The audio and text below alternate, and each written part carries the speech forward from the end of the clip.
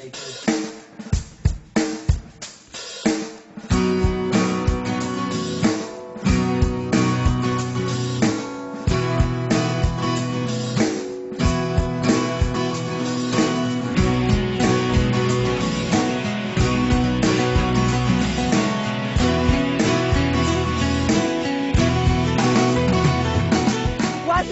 I had the chance to interview Jeffrey Smith, who you're going to hear from shortly, that the issue of corporate control became clear. 5 companies, with Monsanto in the lead, are genetically modifying the common foods most of us rely on: corn, soy, canola oil, sugar beets. And 4 others, Syngenta, Bayer, Dow, and DuPont, are also there. 5 companies who, as you'll hear, aren't very familiar with the term full disclosure. But before we hear from Jeffrey Smith, we're going to hear from local players who've been working to alert the public and change the marketplace for a long, long time. I'm honored to introduce, for starters, Goldie Caughlan, who has worked for nearly 30 years before her recent retirement as PCC's Nutrition Education Manager. And from 2001 to 2006, she also served as one of 3 federally appointed consumer representatives to the National Organic Standards Board at the USDA. Please join me in welcoming Goldie Caughlan. Yes. Thank you. Thank you very much. I feel looking out here as though I am looking at an extended family. All of you are extensions of my family. And I would like to say that that is how I feel, because the incredible serious nature of what we are facing in terms of taking back the means of producing our food from the Wall Street sponsored thieves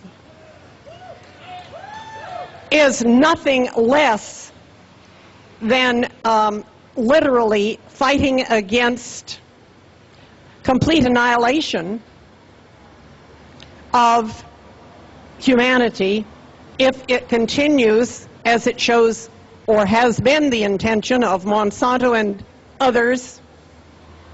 And that cannot be seen. There is no such thing as overstatement when we look at these issues. When we understand that more than half of all of the seeds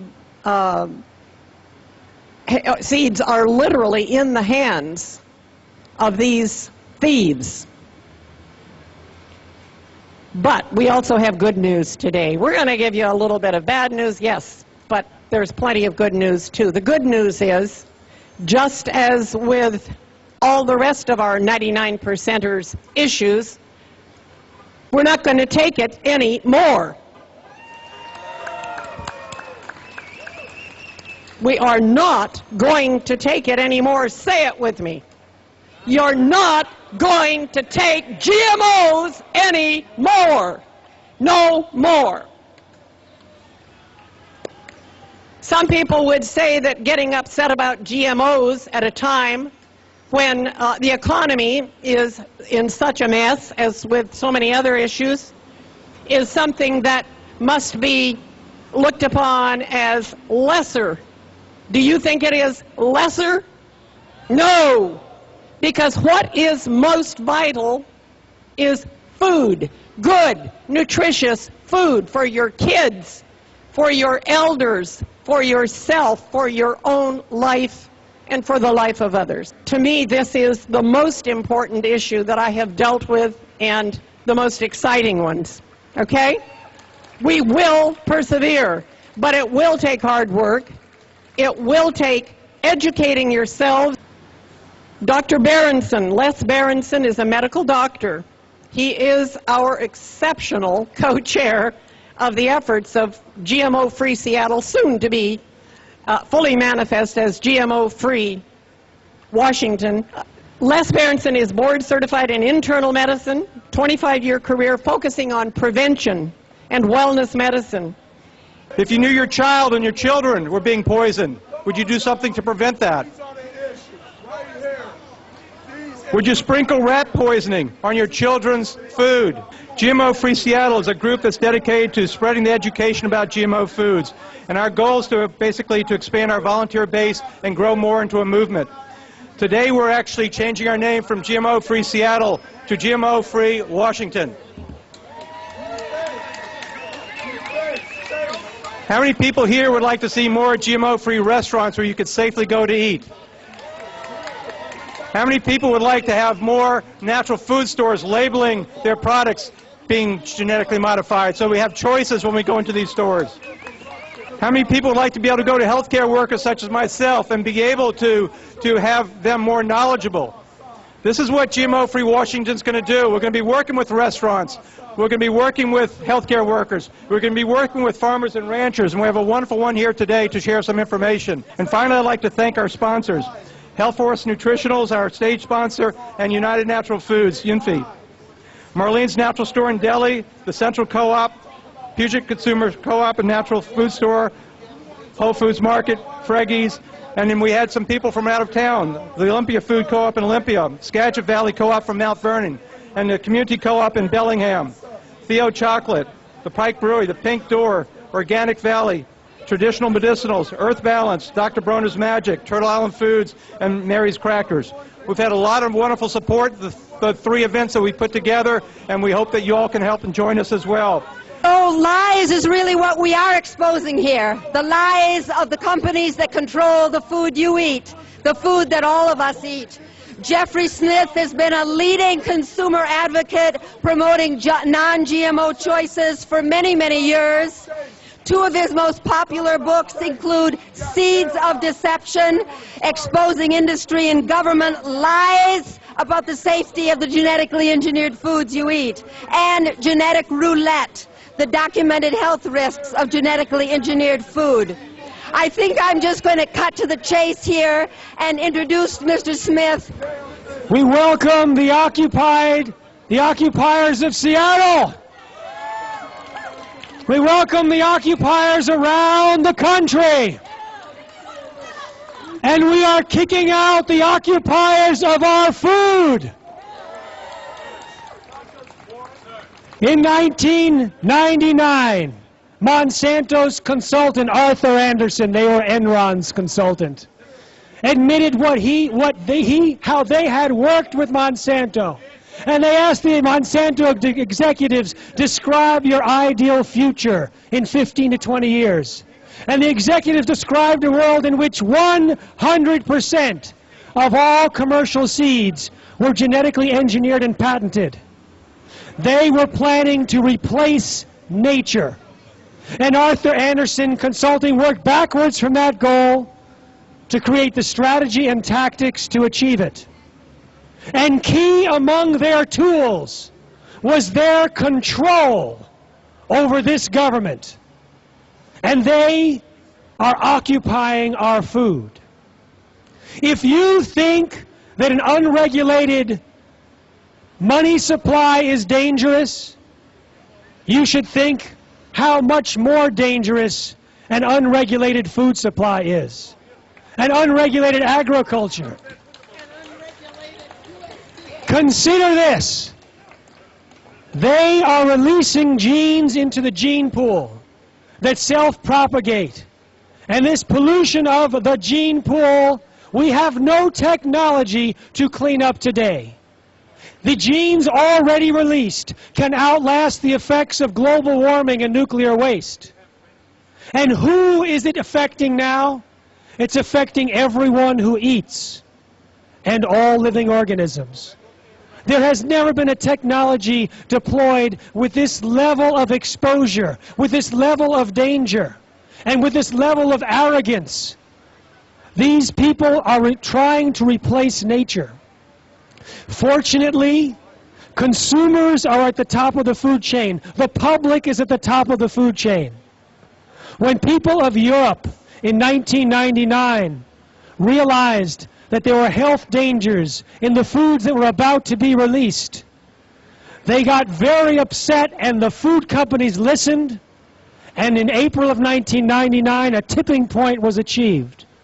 In about a week, virtually every major food company committed to stop using GM ingredients because of a very high-profile food safety scandal that alerted people to the occupation that was about to happen in their food. So the food companies, by and large, eliminated direct derivatives of GM food in Europe. When we started explaining to people, our coalition of educators, about the genetically engineered bovine growth hormone, injected into cows to increase milk supply. It increases the amount of pus in the milk, the antibiotics, the bovine growth hormone, and IGF-1.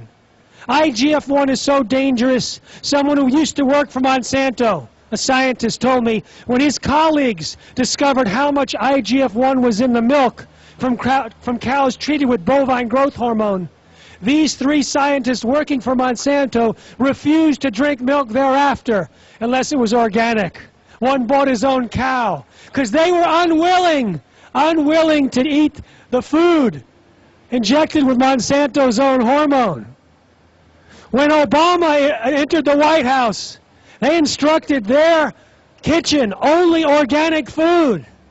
And at that time it was revealed, so too did the Bush administration only serve organic food.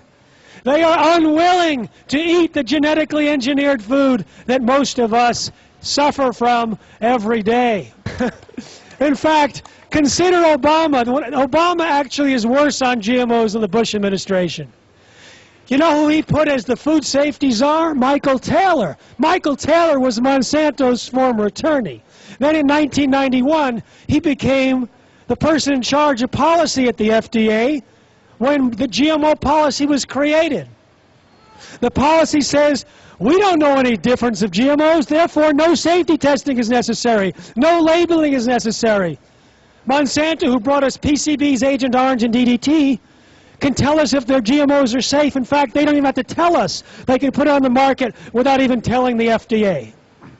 And then, after creating this lie in the policy, we know it's a lie because documents made public from a lawsuit turn out they show thousands of documents from the FDA's own files. They show that the overwhelming consensus among the FDA's own scientists were that GMOs were not only different, but dangerous. That they could lead to allergies, toxins, new diseases, and nutritional problems. And now, years later, the American Academy of Environmental Medicine says it's true. They say the animal feeding studies show reproductive problems, accelerated aging, organ damage, gastrointestinal problems, immune system problems. They say every doctor in America should prescribe non-GMO diets to everyone. So when Michael Taylor left the corruption of the FDA, corrupting the FDA, he then worked for Monsanto as their vice president. And now he's back at the FDA as the U.S. food safety czar.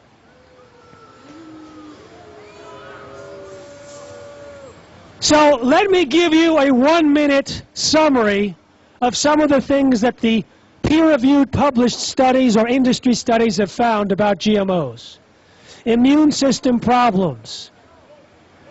When GM soy was fed to rodents in rats, someone showed me a picture of her research in Moscow. The testicles changed from pink to blue. The published study was done on mice. They showed changes in the young sperm cells. Another published study, rats fed GM soy, changes in the uterus and ovaries. The DNA functioned differently in the embryo offspring. With corn, there was less babies and smaller babies. Again, with the soy, mothers were fed GM soy, more than half the babies died within 3 weeks, compared to a 10% death rate among the offspring of animals that were fed non-GM soy. An unpublished study showed that hamsters by the 3rd generation most lost the ability to have babies. Some had hair growing in their mouths. There was a 4- to 5-fold increase in infant mortality. I talked to veterinarians. They say they take animals, they put them off GMOs and put them on non-GMOs, and the death rate goes down. the litter size goes up. There are eyewitness reports all over North America of animals that, when given a choice, avoid the GMOs. Cows, pigs, squirrels, geese, elk, deer, raccoons, mice, rats, chickens, and buffaloes. It's our job to get humans up to the level of animals. What is happening now with Occupy Seattle, with Occupy Wall Street, is an awakening. The Earth's immune system battling against the oppressive and unhealthy corporatocracy that has taken over all aspects of our lives, but not all aspects of our lives. As I've traveled to 33 countries, hosted by non-governmental organizations, I see a powerful Earth's immune system embedded in over 1 million NGOs.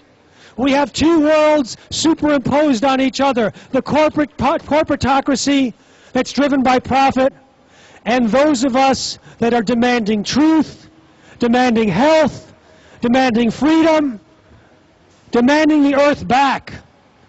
And we are far more powerful than we know, because we don't control the mainstream media. They do, so they have the reflection. But if we look and we see ourselves, we are far more powerful. And I can tell you this, that the GMO issue now is on fire. There was over 100 events like this around the country this month, mostly on Sunday. So Occupy Seattle, add those to yours as well, because they are Occupy the world, Occupy the U.S. against GMOs. Getting rid of GMOs is absolutely urgent. What may be happening to our children, to our bodies, is absolutely urgent.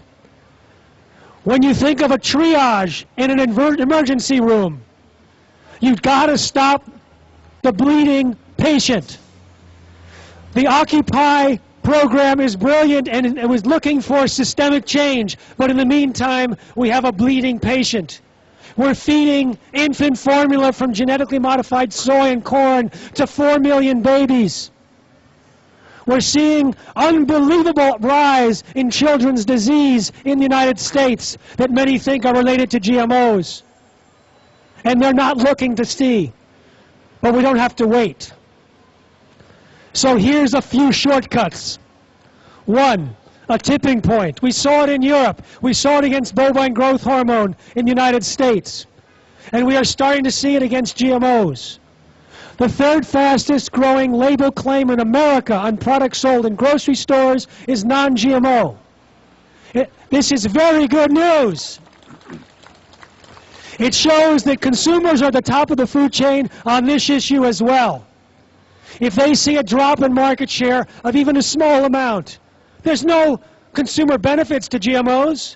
There's the poison-drinking, herbicide-tolerant crops and the poison-producing insecticide crops.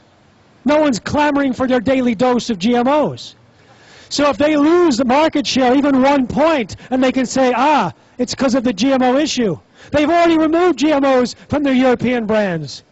Kraft, Hershey's, Nestle's, McDonald's, they've removed it from their European brands. So if they see a tiny drop in market share, they will remove it here too. And the same emotion, the same desire, greed, which had the biotech industry try and take over the food supply, that same greed will get rid of it because the food companies will not want to lose sales. So, learn about the health dangers, sign up for the information, get your non-GMO shopping guide today, go to nongmoshoppingguide.com, or get the iPhone application for free, Shop No GMO, or pick it up on the table there as a handout, and protect yourself. And at the same time, just by protecting yourself, it is powerful activism. It is powerful activism to move the market. And get involved in GMO Free Washington and support your brothers and sisters around the country. And together, just a tiny percentage of us, it's not an election. Kraft food managers are not going to wait for a 50% drop in market share to say maybe we should remove the GMOs. 5% should be all that's necessary of U.S. shoppers. 15 million Americans, that's 5.6 million households. That's easy. Because 28 million Americans already buy organic on a regular basis. And guess what? In this case, we're the majority, 53%. 159 million say they would avoid GMOs if they were labeled. If 9 out of 10 of those are lying, we still get our tipping point. I don't think a rally is a complete rally without a chant. Hell no GMO! Hell no GMO! Hell no GMO! Hell no GMO! Hell no GMO! Hell no GMO! Hell no Monsanto! Hell no Monsanto! Hell no Monsanto! Hell no Monsanto! Hell no Monsanto! We need to protect them, we need to love them, we need to hug them. We need to hold our farmers close to us and not let Monsanto take over our lands. I want to talk about Les over here. Les is a physician, you know, and like, he's really a born-again GMO activist now. He's like, texting me at 1 in the morning, at 3 in the morning, and like working all of his life now in terms of he's got it. He realizes, you know, people think, oh yeah, GMOs, yeah, you know, we're going to die anyway, and there's pesticides. When you realize what GMOs are, they're a takeover. I mean, Kissinger said, if you want to control a country, control the oil. If you want to control people, control the food. And Vandana Shiva says, if you want to control the food, control the seed. This is the biggest gamble of our lives and our earth. They want to eliminate seed saving in the 1.4 billion farmers so that every farmer on earth buys the limited genetics available in the catalogs at a time of global climate change. It's the diversity that is our protection. They are willing to risk the entire food security for their profits. So Les is like waking up and going, oh my God, this is the issue. And he hasn't stopped working. And he's like, he is now creating an organization so everyone who wants to be involved can just go over, sign in, and plug in and do really important work. So thank you, Les. Most Americans, 95% of Americans, want GMOs labeled. Most Americans say they would avoid GMOs if labeled. If we need to create a tipping point, we can do it without convincing anyone who's resistant. When you give someone a shopping guide, what do they say? They say, thank you, can I have more? It's giving people what they want. So don't think about trying to convince someone who's a biotech guy as your activism. Your activism is helping people do what they want to do and easing the other guys just out of the picture. Most Americans will never know that they're eating GMOs, and they'll never know we got rid of it for them. We don't need to convince those who don't realize that food relates to health. We just give information to people that want to know. Parents of young kids, healthcare professionals, people who are sick, health-conscious shoppers, religious groups that think GMO means God move over. So, here's some excuses to get involved, and then we'll wrap up. 1, this is the time. We have never seen this level of activism with the GMO issue before. This was predicted by supermarket news.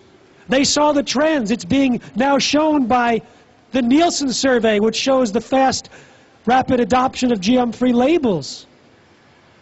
This is being seen in over 100 events.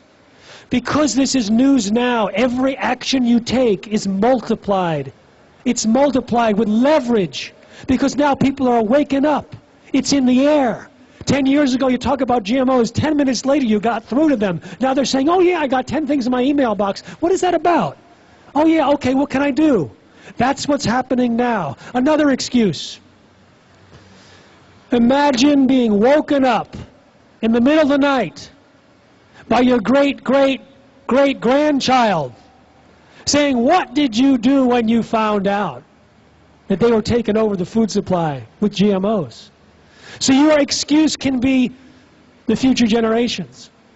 Your excuse can be your current children, and your excuse can be your all living beings, or even the living beings of the gut bacteria inside you. As we said, the only human feeding study ever published, the only human feeding study ever published shows that part of the gene inserted into soybeans to make them Roundup ready transferred into the DNA of the bacteria inside us. And the bacteria did not die in the presence of Roundup. These folks had Roundup ready gut bacteria. It appeared that the gene was functioning. This means long after we stop eating GMOs, we may have these proteins produced continuously inside of us. And let me tell you the other human study that was just published. They looked at the blood of 30 pregnant women in Canada. And the Bt toxin from Monsanto's corn was in their blood. Bt toxin is an insecticide that breaks open the stomach of insects and kills them. It's produced in the Bt corn from Monsanto. And the regulators said, don't worry, it's destroyed during digestion. It wasn't. It was in 93% of the blood of pregnant women and 80% of their unborn fetuses. Now, what if the gene from corn chips that produces Bt transfers to our gut bacteria? A scientist raised this point to me, and I realized this could turn our intestinal flora into living pesticide factories, producing this Bt toxin over and over again.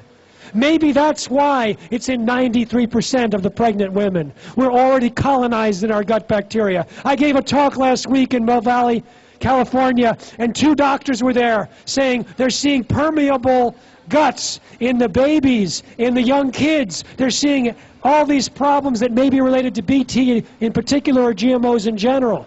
So another excuse that you can have is to protect your gut bacteria, because it's crying and saying, get me away from those GMOs. Whether it's a personal issue, whether it's an environmental issue, whether it's a future generation issue, whether it's protecting farmers, whether it's keeping the freedom of the food supply out of the hands of a few multinationals, this is the time to act. So we welcome the Occupy Seattle. We welcome the Occupy Wall Street. We welcome those that wish to deoccupy our food system and stand up for a non-GMO food supply. Ho!